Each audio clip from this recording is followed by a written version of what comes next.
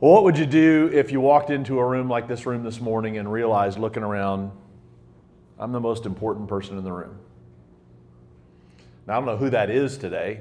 Could be my friend Adam. His church is blowing up in Greenfield. He's just running, I don't know, 500,000 people or something in Greenfield.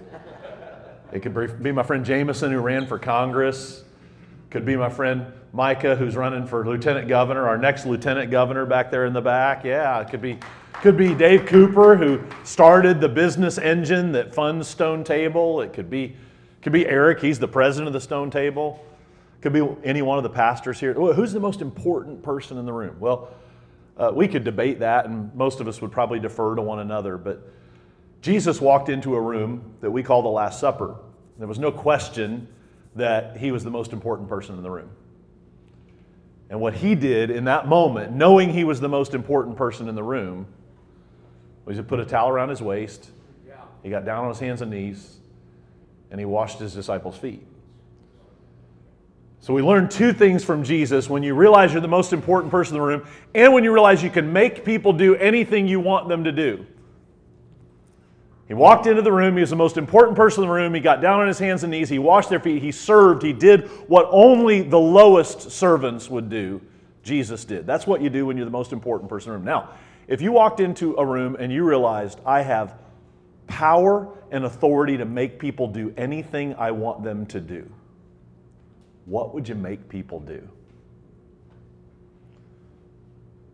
Maybe some of us would be manipulative. Maybe some of us would make people do something that would earn us money. Maybe we would make people do what we want them to do. What would you do if you realized you walked in the room, not only the most powerful person in the room, but you have all the power? Well, we learn what Jesus would do in Matthew chapter 28, verse 18. We often quote verse 19, the Great Commission, but we miss this first part that's a part of the same pericope, part of the same passage. It says, then Jesus came to them and said, all authority in heaven and on earth has been given to me. What would you do if you had all authority in heaven and on earth? You could make people do anything you want them to do. What does Jesus tell us to do? Therefore, go and make disciples of all nations, baptizing them in the name of the Father and the Son and the Holy Spirit. So Jesus, when he walks into the room and realizes he's the most important person in the room, he washes people's feet. And when he realizes he has all authority and all power to make people do anything he wants them to do, ask them to do anything he wants them to do, he tells them to go and make disciples. And so I'm going to get to the intersection of the church and the marketplace in just a minute, but I think sometimes when leaders are together, there's this like unspoken tension, like especially amongst pastors, like how many did you have on Sunday? I don't know. Well, we were up or we were down or what? And your business people kind of do the same thing. And what was your bottom line revenue last year? And we just have there's this unspoken tension about, well, who's got the upper hand? Well, in every room Jesus walks into, he has the upper hand. And when he has the upper hand, he serves, and then he tells us to go and make disciples. So I believe it's in that moment, it's in Matthew chapter 28, verse 19, that business, the marketplace, and the church intersect. Because we all have one great commission. There's not a great commission for pastors to go do this and business people to go do this. Marketplace people, you go make money. Pastors, you go make disciples. No, he tells us all to go and make disciples of all the nations.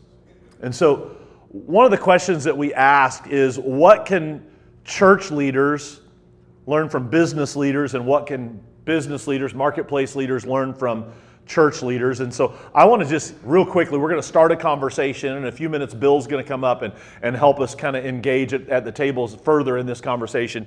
So we're going to make a list really, but I'm going to get you started with a list of 4 things I think marketplace people can learn from pastors, and 4 things I think that pastors can learn from marketplace people. But all of that within the framework of there's not an A team and a B team. There's not a most powerful group and a least powerful group, because if you're the most powerful person in the room, what you're called to do is serve people and wash people's feet. And if you've got all the power and all the authority, what you're supposed to do is leverage that to make disciples amongst all the nations. So it's not about which is better or which can learn more, but so in that framework, I want to talk about, here are church leaders, a few things I think you can learn from business leaders.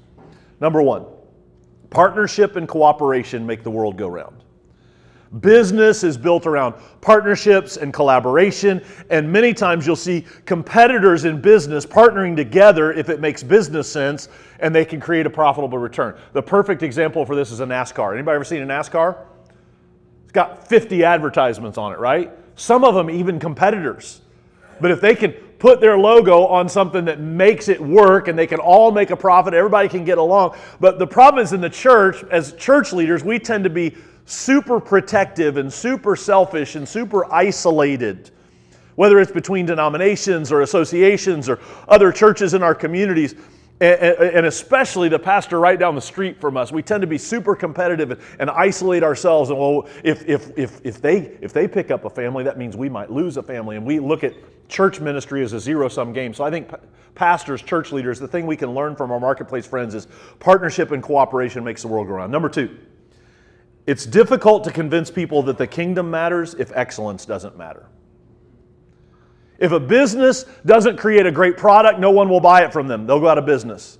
And if you aren't good at what you do, whether a designer or a consultant or a restaurant owner or a UPS driver, then you won't last. And sometimes in church, we have a tendency to make excellence a low-level priority. We don't demand that staff members constantly get better. I've written several times about doing what you do with excellence. My friend Adam is a great example of that. If you want to know what it looks like to do church with excellence, go to Real Life and just be a fly on the wall for a Sunday morning service. I've learned, every time I'm there, I learn stuff from them that we implement at Cornerstone, because it's just a place where things are done with excellence. And I think just in general, church leaders could learn from marketplace people the importance of doing what you do with excellence. And I think sometimes as church leaders, we can get a little bit lazy because we got a great message. So we'll just let the message go. We'll just let the message drive it. And we've got a better story. We got a better story. But the problem is the world's got better technology. The world's got better money. The world's got better a lot of stuff. And so we need to step up our level of excellence. So anything worth doing is worth doing well, right? Number 3. Delivering a well-executed, good product on time should be important to every church. The business world is built on getting things done on time. And I can't believe how many churches I walk in, they start 5 minutes late. Well, people don't come in until 5 minutes after. It's like, the one thing we do is we start on time. And so it's just such a simple thing, and it amazes me how many of my church leader friends are late when I go meet them for lunch. And the message that communicates. And when I meet with marketplace people in my church, when I have a lunch scheduled with Chip Mattis at 11:30, who's a high-level guy in a marketplace job here in Indianapolis, they live in Bloomington. When I have a lunch scheduled with him at 11:30, he's there at 11:25 every single time. But I can't tell you how many times I go meet my pastor friends and I get a text, hey, I'm pulling in, finding a parking spot, be there in 10 minutes. It communicates a message. And what it communicates is that my time's more important than yours. Or what I was doing before I came here is more important than yours. Church leaders can learn a ton regarding execution from business leaders sitting in your seats or pews on Sunday morning. Number 4, measurables are not the enemy. Businesses measure their success mostly based on return on investment, the idea of creating a profit. And there are definitely other factors. I'm going to talk about that in just a minute when I get to the other side of this. But that one is a key. You have to measure success in order to know if you've accomplished your mission. And in the church, many times we're not as intentional at measuring our success because we're in the people business. But I believe the church is doing the most important work in the world, and to not hold ourselves accountable and constantly measure whether we're creating kingdom profit is not good stewardship. So measurables are not the enemy. So let's flip the script and let's talk about business leaders. Here are a few things I think you can learn from church leaders, from the pastors that are in the room. Number 1, relational currency is more valuable than actual currency. The currency of getting things done in the church is through relationships, and many times in business, we can be so focused on execution and profit and margin that we forget about the relational currency we are building or not building. Eric said that I was a pastorpreneur. I'm kind of a serial entrepreneur. I've started a couple of businesses. I started a golf business that I operated for over a decade and then sold. And a friend and I had a property management business in Bloomington. And I learned very quickly in the property management business that property management was incompatible with pastoring. And I ended up selling my business out to my business partner because I was the guy calling the veteran who had lung cancer going, hey dude, you're late on your rent. You got to pay your rent. And he's like, yeah, sorry, I had half of my lung removed, and so I couldn't work last month. And the property manager's like, well, it doesn't matter. Like you got a contract, you got rent to pay. The pastor in me is like, I got to be sympathetic to this guy. And I finally called my business partner. I'm like, these two things are not compatible because there are multiple. Obviously, there are multiple things at play here. And so, as a pastor, relational currency. Now, I'm not saying you sacrifice actual currency to just get along with everybody. That's not what I'm saying in the business world. But I do think that marketplace people can learn from pastors the power and the importance of relational currency. Number two, and this is what I alluded to just a minute ago, and I think if you don't get anything else, get this. Number one thing I think business leaders can learn from the pastors in the room is the bottom line isn't the bottom line. Business leaders look for ways to create. I'm challenging you to look for ways to create a multiple bottom line in your business. Meaning you need to find ways to give back and be generous, to help those in need, to help your church, to help your community. This really has become, in the last 10 years, the new standard for businesses. Creating multiple bottom lines. No longer are you measured just by what profit you make, but now you're measured by what kind of investment you give back to the community. And church leaders understand this, and it's what I see when I talk with church boards and pastors. It's the number one area of conflict between marketplace people on church boards and pastors is this idea of a multiple bottom line, because we can be so focused on the numbers and say, yeah, but this doesn't make sense, and the church lost money. Well, the church doesn't exist to make money. The church exists to make disciples. And so again, I'm not against measurables. I just said that. We need to learn to measure our success. We shouldn't be afraid of the numbers, but we also should understand the number that really matters. The bottom line isn't the bottom line. Number three, there are a lot of good leaders in your church leadership. Some of the best leaders in the world are on staff at churches in our communities, especially those who lead volunteers every week. If you want to find a really good leader, go to your church and find the person who's in charge of leading volunteers.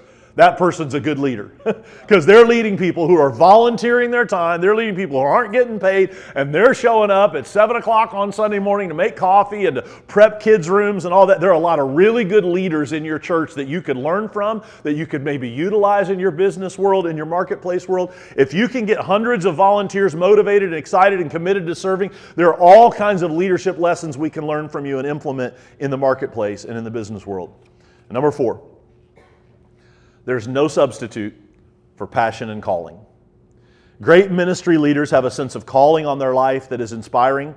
They do what they do with great passion, many times sacrificing what could be a higher paying job or other job opportunities because of a specific purpose that God has laid on their life. And marketplace leaders, you should have that same level of passion, purpose, and calling for your vocation. There is no sacred and secular. It's all sacred. Your calling as a business professional is not second class. So run after it with a desire to truly live for God in the marketplace with the same passion and calling that you see on your pastoral leadership team. And so I think we can learn, but again, I'm going to swing all the way back. You might be the most powerful business person in this room. You might pastor the largest church represented in this room. You might be running for an office, whatever. What do you do if you're the most powerful person in the room? Serve other people. What do you tell others to do if you have all the power in the room?